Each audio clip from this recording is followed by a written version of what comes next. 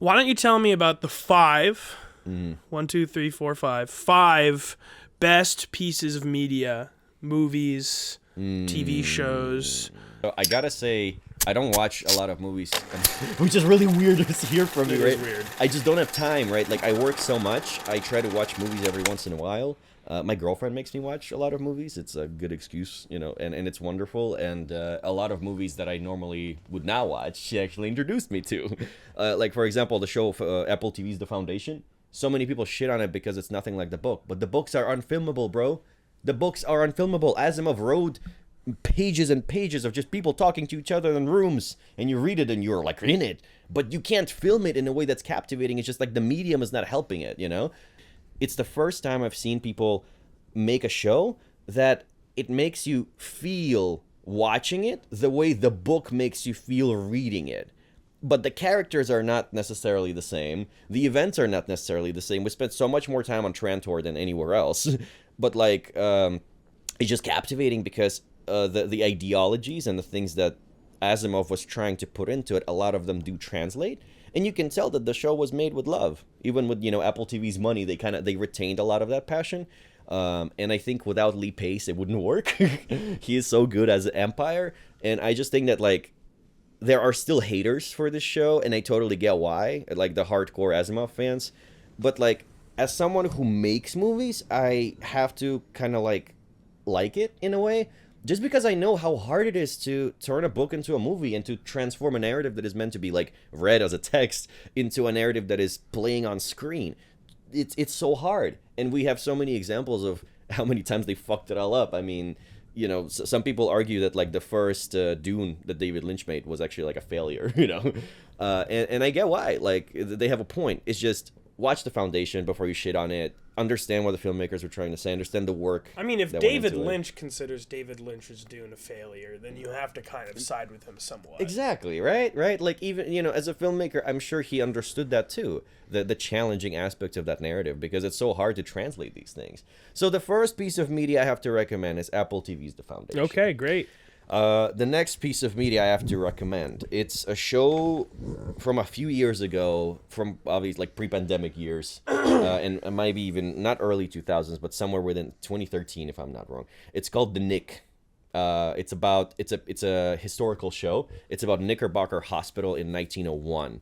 And it was absolutely captivating. I love historical shows and movies when I really nail it. I actually think that first season of A Gilded Age was actually like really underrated because like the texture to the characters were present. Anyway, The Knick is incredible. It talks about just like the nature of Americans, their racism, but also like it's centered around medicine in 1901, where the field of surgery was brand new.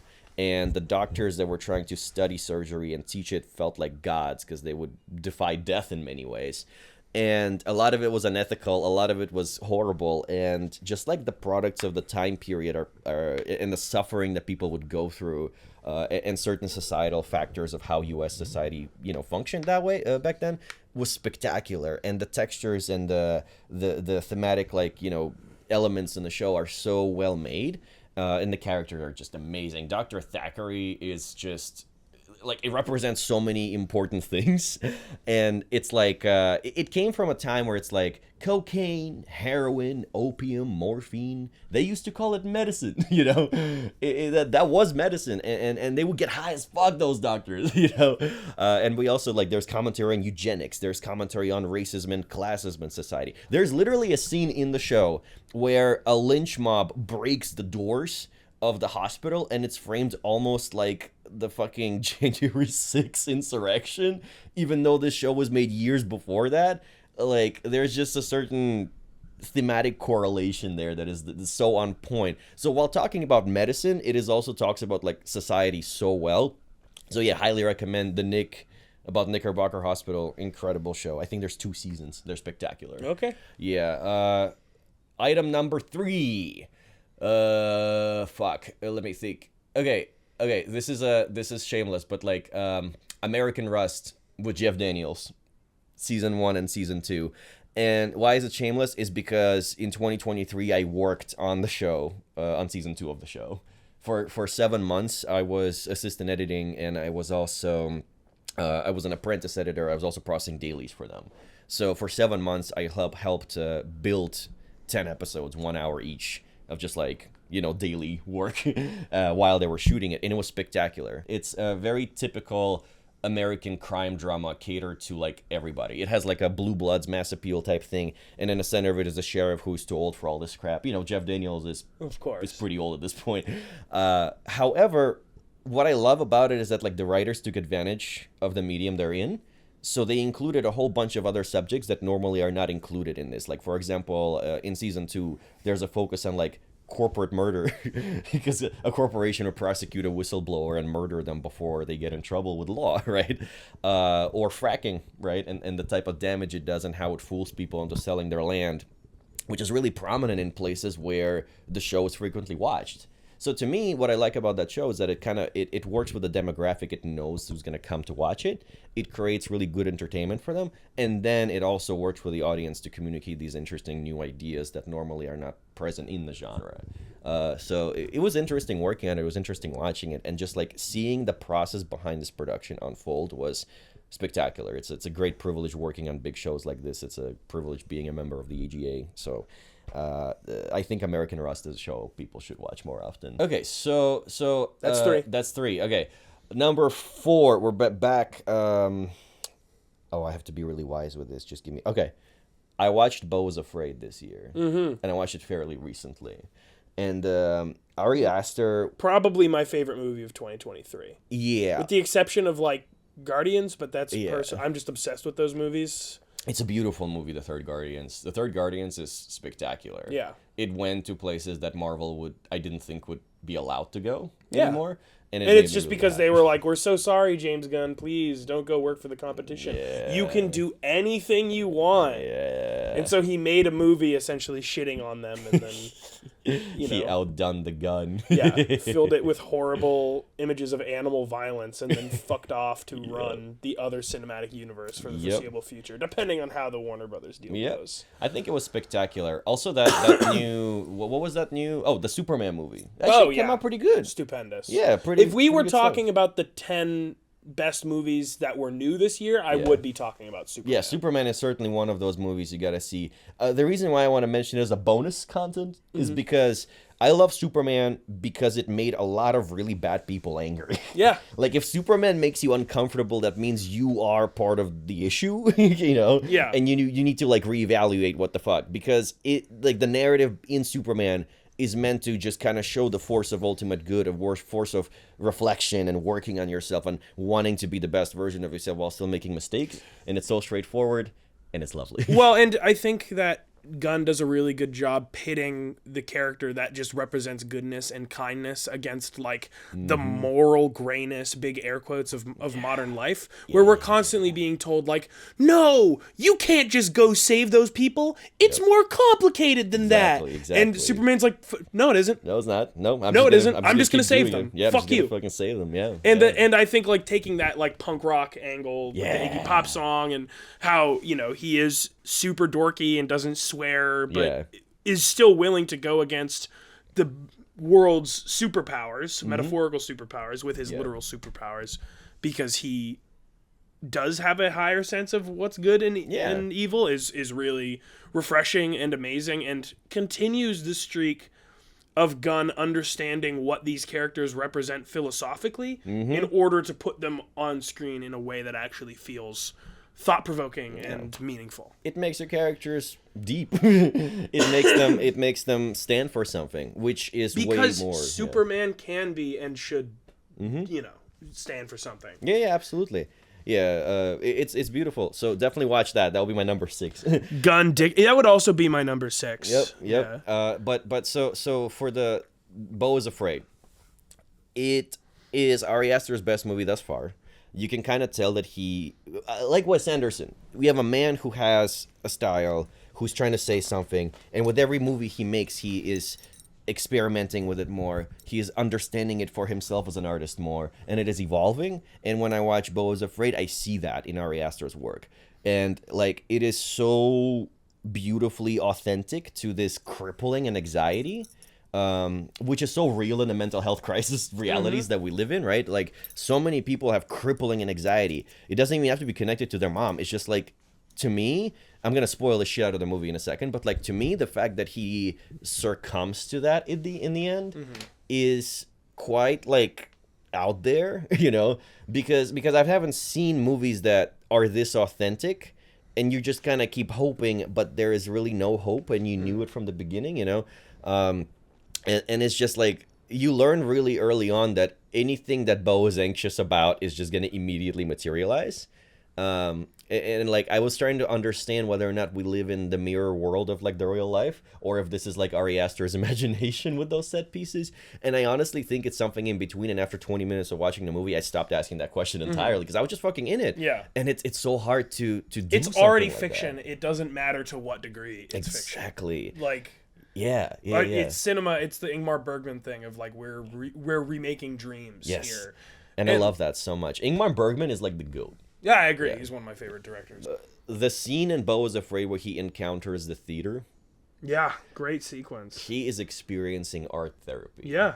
And like, people, I think that when I was in college, art therapy recently became a major. And when people were like, oh, I'm studying art therapy, and it was almost like chuckling, you know? Because when I would say my major to people, they would also chuckle. It's like, what are you studying? Film. Oh, good luck being broke. Like, you know, type shit.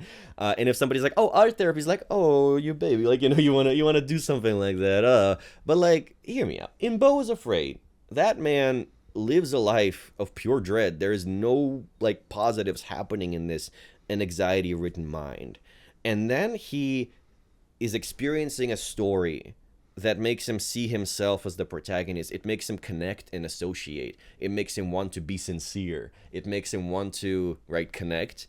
And it is a counter, like, it's a cure for an anxiety. It's cure for isolation, is art and creativity. Creativity, like, I remember I made a mistake this year saying that, like, I am exhausted by being creative because I have to do it for work. But by definition, for a human brain, any sort of creative process will always be a positive thing. It keeps us young. It keeps us brain running, you know. I also I think it's interesting that you label what he goes through, and this is I don't think this is necessarily the space for a Beau's Afraid debate. Like, definitely not. Let us know in the comments if you want us to do that, because I have so much to fucking say about that movie. I care about it a lot. It is spectacular. It is. I think in hindsight, it is going to become one of the most important pieces of media of this time, and its failure at the box office really cinches that. It puts it there with shit like Donnie Darko for me, which, while I don't really like Donnie Darko very much, I do consider an iconic piece. It is really important, you know? Yeah. So I don't think that in that sequence of Beau is Afraid, he's... It might start out therapeutic, but it ends up being... kind of reaffirming his dread. When you get to the end of that story trip sequence, oh no, I can't have these things. He is kind of becoming like a maladaptive daydreamer. Right. It's because they're like, oh, how did you have us if you never... Yeah, and that it's just whole like thing. Punching him in his swollen balls. Yeah. Like, oh, all this... you know, you've created this dream world that you still have to like suffer greatly to live in. Yep. And B... It's just a dream, bitch. You can never have this. You're gonna start throwing grenades at you again. Spoilers. And then the evil guy comes in, because we know he's chasing him. And as far as we know from the movie, like, we know it's gonna happen. This is crazy. Also, his dad is a massive dick. Yeah, legitimately. So like, there's so much about Beau is Afraid that I find like so affecting. Like, I do agree, as someone who has had struggles with that kind of like crippling existential anxiety. Yes. Beau is Afraid is the best piece of media to capture how that feels. You're walking down the street and the graffiti is screaming at you that you're gonna die. The newspapers are screaming at you that you're gonna die. And just the naked homeless man will go after you specifically. Yeah, the birthday boy stab man. Yeah. So it's just it has that incredible sense of humor where it's just like the absurdity of like posters on the wall that say death by anal, murdered by fuck. Yeah, that whole... it was spectacular. That whole set that they built for it almost felt like West Side Story, and I haven't seen a movie like that. Design. Yeah, spectacular. Amazing production design. It's simultaneously so phony, but that like increases the dreamlike state of it all, and all the different set pieces reflecting a different world that you can embody with those anxieties, right? Yeah. And like, what is scary about the city? Yeah. What is scary about the suburban environment? Yep. What is scary about being in the woods with these people? What is scary about going home? And you know, so like traveling in that kind of anthology like way through all of those anxieties, becoming very literal and literally attacking him, I think is.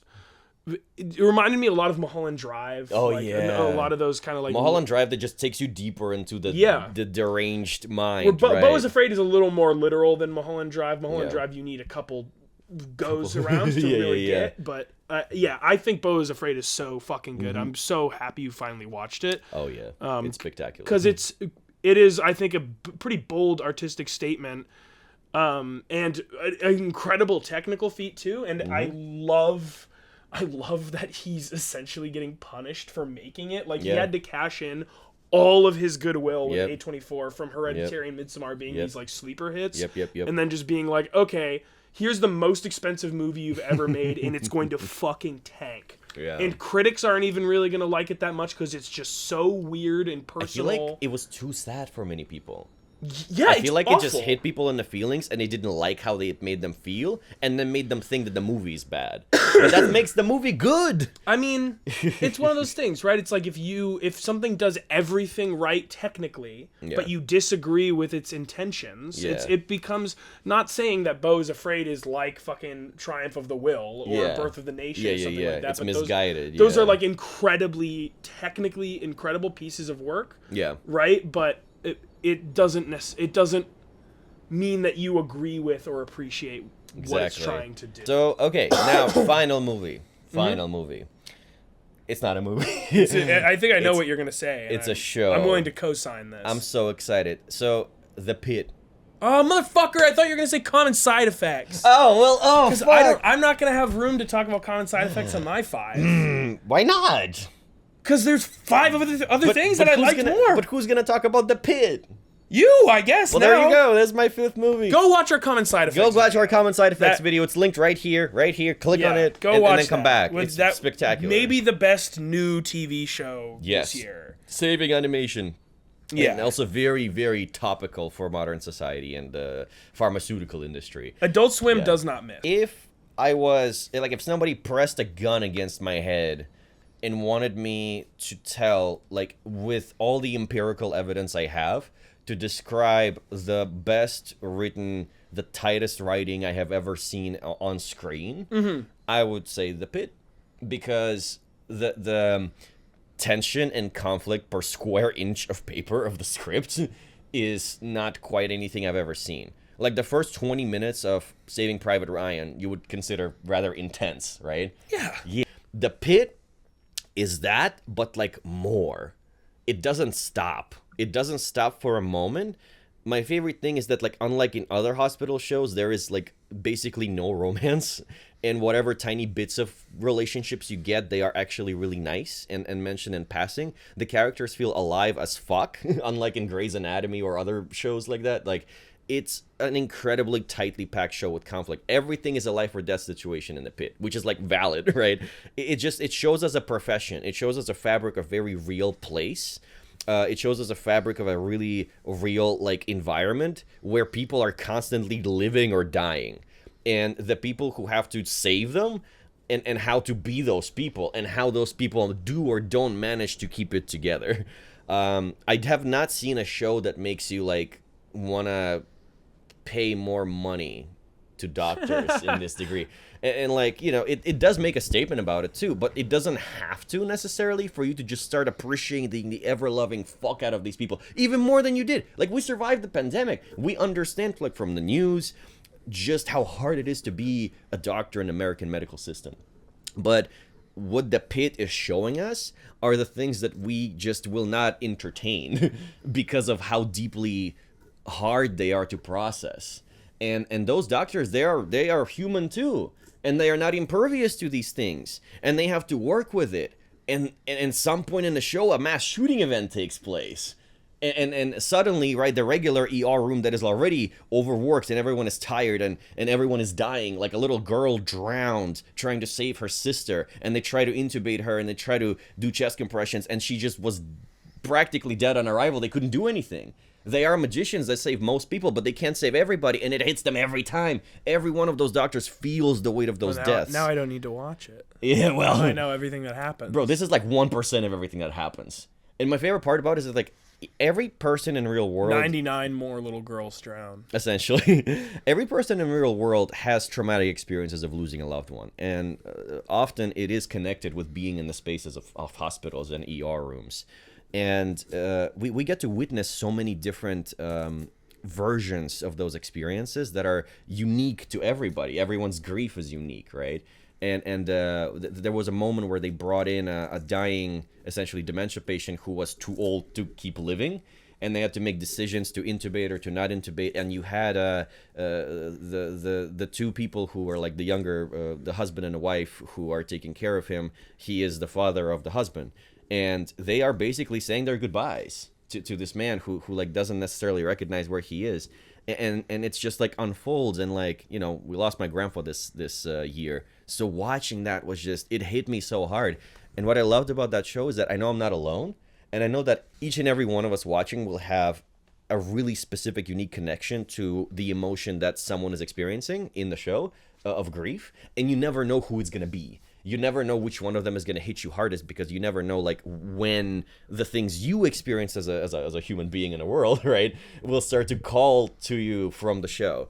And I had to watch this in bits. I had to watch like half an episode or one episode at a time, and then I had to take a break just because so many things happen. And just to like drive home how dense this is, every episode is like kind of filmed in real time. So episode 1 is called I think 7 a.m. or 6 a.m. Episode 2 is called 7 a.m., 8 a.m. And they are meant to show just how tightly packed these traumatic events are. By the time you finish, you're like, I can't believe all of this happened in a day. These men and women experience more trauma than one of us will experience in our lifetime in one day.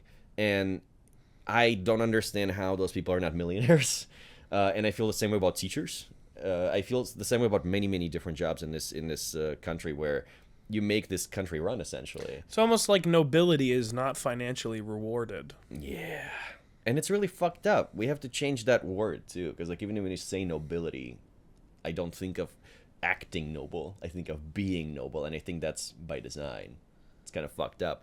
The point is, it's one of those shows that you have to watch to understand the fabric of real reality you live in. And it's really fucked up. It's gonna... Like, it's not fucked up. It's just... It's heavy. It's hard to watch. But it is by far the best, tightest writing I have ever seen. And this is my 5th and final movie. Great. Now, before we end your session, tell me 3 things that you're looking forward to Last Minute Movies 2026 calendar. I'm excited for the Adventures of Rongel to come out. I think we like really nailed a lot of it. A lot of chemistry was really cool there. I'm really excited for like the pivot we're gonna do, where we're gonna watch and talk about other movies that aren't Soviet cartoons more, because we have a lot of those planned, including the essays that John is gonna write that we're gonna produce. So that's gonna be really fun. I'm really excited for just like the batches of content we have planned for 2026. I wish there was more, but it's like, again, we keep saying we work. Yeah, this isn't our full-time thing, so we do what we can, but you know, we always want to do more. Yeah. So yeah, like and subscribe. And thank you so much for watching. Yeah, I think I said 2 things. Oh my god, anyway, bye. Happy New Year.